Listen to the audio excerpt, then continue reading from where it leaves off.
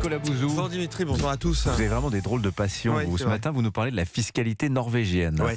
Vous vous souvenez de ce disque des Rolling Stones qui s'appelait Exile on Main Street? Oui. Il avait été écrit à Villefranche-sur-Mer, dans le sud de la France, dans la ville d'Anelcote. C'était en 1971. Et en fait, ça racontait en quelque sorte l'exil fiscal des Rolling Stones, exil du Royaume-Uni vers la France. C'était le temps du travaillisme anglais qui ne jurait que par les augmentations d'impôts. Alors la Norvège est aujourd'hui frappée du même symptôme, mais avec des taux d'imposition qui sont plus faibles. En novembre dernier, la tranche marginale de l'impôt sur le patrimoine est passée de 1 à 1,1%. Ça concerne les patrimoines supérieurs à 20 millions de couronnes. Ça représente à peu près 1,7 million d'euros pour un individu. C'est le double pour un couple.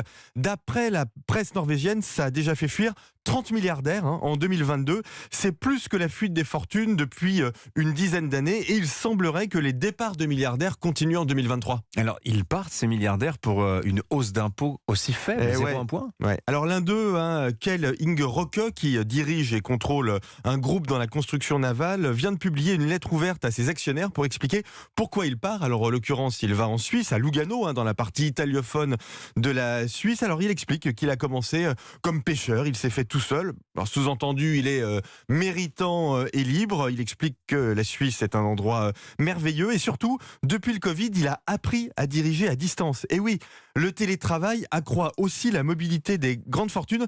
Télétravail, fiscalité, qualité de vie, voilà ce qui place aussi les pays aujourd'hui en compétition. Et d'ailleurs, si c'est un sujet pour la Norvège, il n'y a pas de raison que ce ne soit pas un sujet pour la France. Est-ce que ça n'est pas immoral, malgré tout, cette décision de partir pour 0,1 point d'augmentation fiscale? Évidemment, votre remarque, elle est absolument légitime, mais j'aurais tendance à vous dire, la philosophie ne fait pas l'analyse économique. C'est comme ça, et je peux vous dire que la presse norvégienne regrette que ces grandes fortunes quittent le pays pour des raisons pratiques. Oui. Ça fait perdre de l'argent à l'État norvégien. Røkke, dont je viens de parler, était le premier contribuable du pays. Il payait à peu près 15 millions d'euros d'impôts par an que la Norvège ne percevra plus. Alors vous allez me dire 15 millions d'euros à l'échelle d'un État, c'est très peu, vous avez raison, mais ça montre que la hausse de la fiscalité est un réflexe qui ne fonctionne pas toujours, et je vais vous laisser méditer sur cette analogie animalière, souvent citée en matière fiscale. Quand on tire un coup de fusil sur un canard, il meurt ou il s'envole.